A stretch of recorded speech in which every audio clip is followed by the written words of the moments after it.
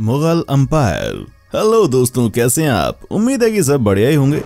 दोस्तों, आज इस वीडियो में हम बात करेंगे उस साम्राज्य के बारे में जो भारत पर लगभग 300 साल राज किया। हम बात कर रहे हैं मुगल साम्राज्य की। दोस्तों, मुगल जब हिंदुस्तान आए थे तो ये कोई नहीं जानता था कि वो 300 वर्षों तक राज करेंगे। उससे पहले भारत पर बाहर से आए कई लुटेरों ने हमला किया था और भारत के वीर योद्धाओं ने उनको हराया भी था। मुगलों ने वीर भारतीय योद्धाओं और उनके साम्राज्यों को हराया और उनकी सत्ता और पूरे भारत पर कब्जा किया। दोस्तों, आज का वीडियो बहुत ही मजेदार और ज्ञानवर्धक भी होने वाली है, क्योंकि हम बात करेंगे मुगल साम्राज्य की स्थापना और उसके अंत के बारे में। दोस्तों, वीडियो शुरू करने से पहले आपसे एक रिक्वेस्ट है कि वीडियो को लाइक कर दें और अगर इस चैनल को सब्सक्राइब नहीं किया तो सब्सक्राइब करके बेल आइकन जरूर दबाएं। आपके सब्सक्रिप्शन से हमारा मोटिवेशन बढ़ता है। दोस्तों, बाबर द्वारा 1526 ईस्वी में मुगल साम्राज्य की स्थापना की गई। बाबर का जन्म 14 फरवरी 1483 को फरगना में हुआ। बाबर पिता उमर शेख मिर्जा की ओर से तैमूर लंग एवं माता कोतालुनिगार की ओर से मंगोल नेता चंगेज खां का वंशज था। बाबर ने कंधार पर 1508 में, पेशावर पर 1519 में तथा दिल्ली पर 1526 में अपना शासन कायम किया। बाबर ने पानीपत 1526 ईस्वी, खनवा 1527 ईस्वी, चंदेरी 1527 ईस्वी एवं घाघरा 1529 ईस्वी के युद्धों में क्रमशः इब्राहिम लोधी, राणा सांगा, मेदिनी राय एवं अफगानों को परास्त किया। दोस्तों, पानीपत के युद्ध में लूटे गए धन को बाबर ने अपने सैनिक, अधिकारियों, नौकरों और सगे संबंधियों में बांट दिया। इस बंटवारे में हुमायूं को वो कोहिनूर हीरा प्राप्त हुआ जिसे ग्वालियर नरेश राजा विक्रमजीत से छीना गया था। दोस्तों, इस हीरे की कीमत के बारे में ये माना जाता है कि इसके मूल्य द्वारा पूरे संसार का आधे दिन का खर्च पूरा किया जा सकता है। दोस्तों, पहले मुगल सम्राट बाबर की मौत का इतिहास बेहद दिलचस्प है। इतिहासकारों के मुताबिक बाबर ने अपने बेटे हुमायूं को अपनी जागीर संभालने भेजा था। वहां वो बेहद बीमार पड़ गया। उसे गंभीर हालत में नाव से आगरा लाया गया। आगरा किले में उसकी हालत ज्यादा ही खराब हो गई। उसका इलाज कर रहे हकीमों ने हाथ खड़े कर दिए। उस वक्त हुमायूं की बीमारी की कारगर दवा हकीमों को समझ नहीं आ रही थी। दोस्तों, तब उस वक्त के मशहूर फकीर अबू बका ने बाबर से अपनी सबसे कीमती वस्तु दान करते हुए खुदा से हुमायूं की जिंदगी के लिए प्रार्थना करने को कहा। बाबर ने स्वयं को सबसे कीमती बताया और हुमायूं की पलंग की परिक्रमा करते हुए कहा कि हुमायूं की बीमारी उस पर आ जाए। कहा जाता है कि इसके बाद बाबर बीमार हो गया, उसकी हालत बिगड़ने लग गई। दूसरी ओर हुमायूं स्वस्थ होने लगा। जब हुमायूं पूरी तरह से ठीक हो गया तब 26 दिसंबर 1530 को आगरा में बाबर की मृत्यु हो गई और बाद में उसकी इच्छा अनुसार चार बाग में रखा गया और बाद में उसकी इच्छा अनुसार काबुल ले जाकर अंतिम रूप से दफना दिया गया। बाबर की मृत्यु के 4 दिन बाद 30 दिसंबर 1530 को हुमायूं आगरा के सिंहासन पर बैठा। हुमायूं। दोस्तों, हुमायूं का पूरा नाम नसीरुद्दीन मोहम्मद हुमायूं था। हुमायूं का जन्म 6 मार्च 1508 ईस्वी को काबुल में हुआ था, जिसकी मां का नाम महम बेगम था। हुमायूं बाबर का सबसे बड़ा बेटा था। बाबर ने हुमायूं को अपना उत्तराधिकारी घोषित किया था। बाबर की मौत के बाद 30 दिसंबर 1530 को हुमायूं का राज्याभिषेक किया गया। दोस्तों, 1537 ईस्वी में हुमायूं ने चुनार के किले पर घेरा और शेरशाह के पुत्र कुतुब खान ने हुमायूं को लगभग 6 महीने तक किले पर अधिकार नहीं करने दिया। अंततः हुमायूं ने कूटनीति एवं तोपखाने के प्रयोग से किले पर अपना कब्जा कर लिया। 26 जून 1539 ईस्वी को हुमायूं एवं शेर खां की सेनाओं के मध्य गंगा नदी के उत्तरी तट पर स्थित चौसा नामक स्थान पर संघर्ष हुआ। ये युद्ध हुमायूं अपनी कुछ गलतियों के कारण हार गया। बहुत ही कम समय में हुमायूं में मुगल साम्राज्य को बढ़ा दिया। बाबर के बेटों में हुमायूं सबसे बड़ा था। वो वीर, उदार और भला था, लेकिन बाबर की तरह कुशल सेनानी और निपुण शासक नहीं बन पाया। दोस्तों, ये हुमायूं का दुर्भाग्य ही था कि दिल्ली के तख्त पर बैठकर वो अधिक दिन तक सत्ता का भोग नहीं कर सका और दीन पनाह भवन में स्थित पुस्तकालय की सीढ़ियों से गिरने के कारण 1556 में हुमायूं की मृत्यु हो गई थी। इतिहासकार लेन पुल ने हुमायूं के बारे में कहा था, हुमायूं गिरते पड़ते इस जीवन से मुक्त हो गया, ठीक उसी तरह जिस तरह तमाम जिंदगी गिरते पड़ते चलता रहा था। जिस समय हुमायूं की मृत्यु हुई उस समय उसका पुत्र अकबर 13 से 14 वर्ष का बालक था। हुमायूं के बाद उसके पुत्र अकबर को उत्तराधिकारी घोषित किया गया। दोस्तों, हमारी पूरी टीम आपके लिए बहुत ही मेहनत करती है ऐसे वीडियोस बनाने में, तो प्लीज वीडियो को पूरा देखना जरूर, राइट? चलिए आगे बढ़ते हैं। Akbar the great. दोस्तों, जलालुद्दीन मोहम्मद अकबर या अकबर महान नसीरुद्दीन हुमायूं के पुत्र थे। अकबर का जन्म 15 अक्टूबर 1542 को सिंध के राजपूत किले अमरकोट में हुआ था। जब अकबर का जन्म हुआ उस समय हुमायूं को देश के बाहर निकाल दिया गया था, इसलिए अकबर का अफगानिस्तान में उनके चाचा अस्कारी और उनकी पत्नी ने पालन पोषण किया था।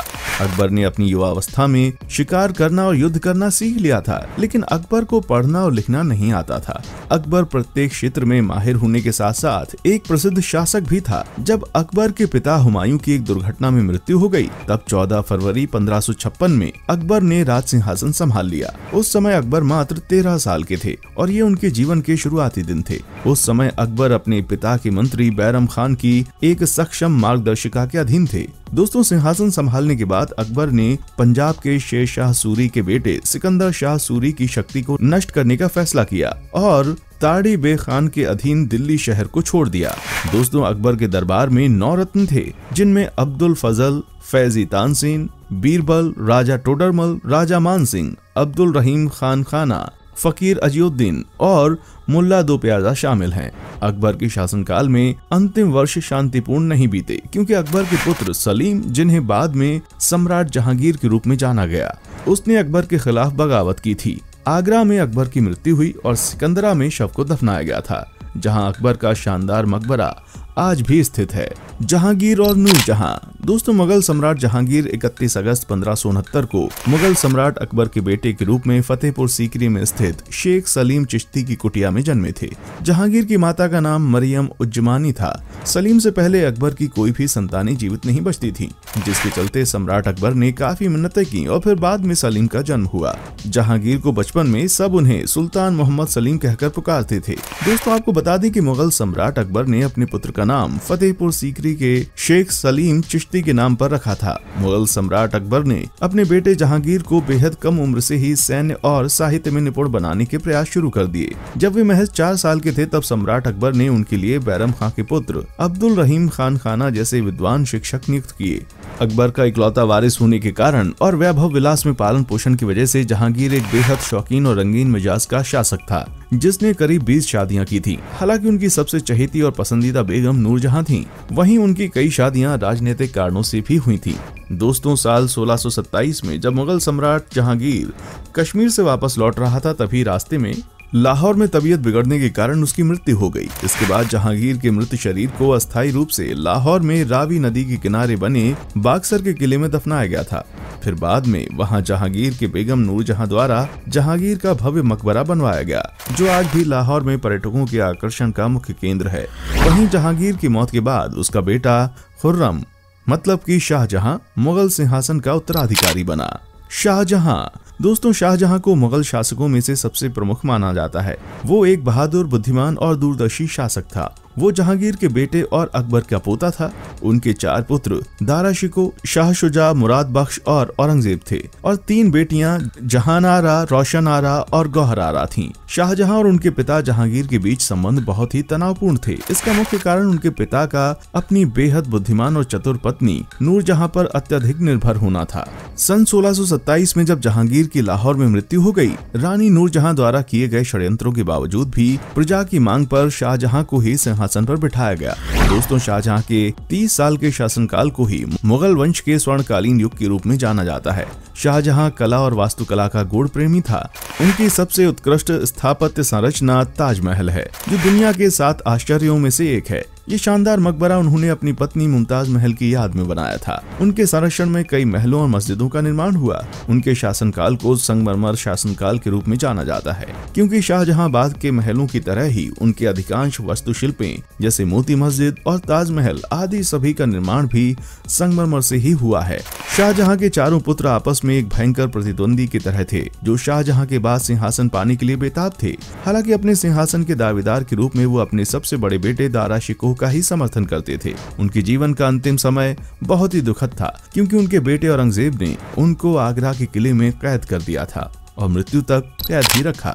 औरंगजेब। दोस्तों, औरंगजेब का जन्म 24 अक्टूबर 1618 को गुजरात के दुहद नगर में हुआ था। वो शाहजहां और मुमताज महल की 6वीं संतान और तीसरा पुत्र था। उसके पिता शाहजहां ने जहांगीर के विरुद्ध विद्रोह किया। तब औरंगजेब और उनके भाई द्वारा कई कष्ट उनको सहने पड़े। बचपन से ही औरंगजेब बड़ा ही चतुर, बुद्धिमान, होनहार था। शाहजहां ने औरंगजेब की शिक्षा के लिए योगी शिक्षक मोहम्मद हाशिम जिलानी को नियुक्त किया। अपने अध्ययन काल में औरंगजेब ने अपनी तीक्ष्ण बुद्धिमत्ता का परिचय देते हुए अल्पावधि में ही कुरान और हदीस में निपुणता हासिल कर ली। चित्रकला, संगीत, ललित कला में उनकी कोई रुचि नहीं थी। औरंगजेब ने अपने 50 वर्षों के शासनकाल में 25 वर्ष उत्तर भारत में रहते हुए अनेक प्रशासनिक सुधार किए और 1682 से 1707 तक 25 वर्ष दक्षिण भारत में व्यतीत किए। दक्षिण भारत में वो मराठों की शक्ति तथा शिवाजी के शासन का सर्वनाश करने में पूर्णतः सफल रहा। दोस्तों, छत्रसाल और महाप्रभु ने एक योजना बनाई। एक खास प्रकार के जहर से युक्त एक खंजर दिया। छत्रसाल को योजना समझाते हुए कहा कि ये खंजर उस औरंगजेब को पूरा नहीं मारना है, अन्यथा वो तत्काल प्रभाव से मर जाएगा। ये खंजर केवल उसको 1 इंच से भी कम गहराई का घाव देते हुए लंबा सा एक चीरा मारना था।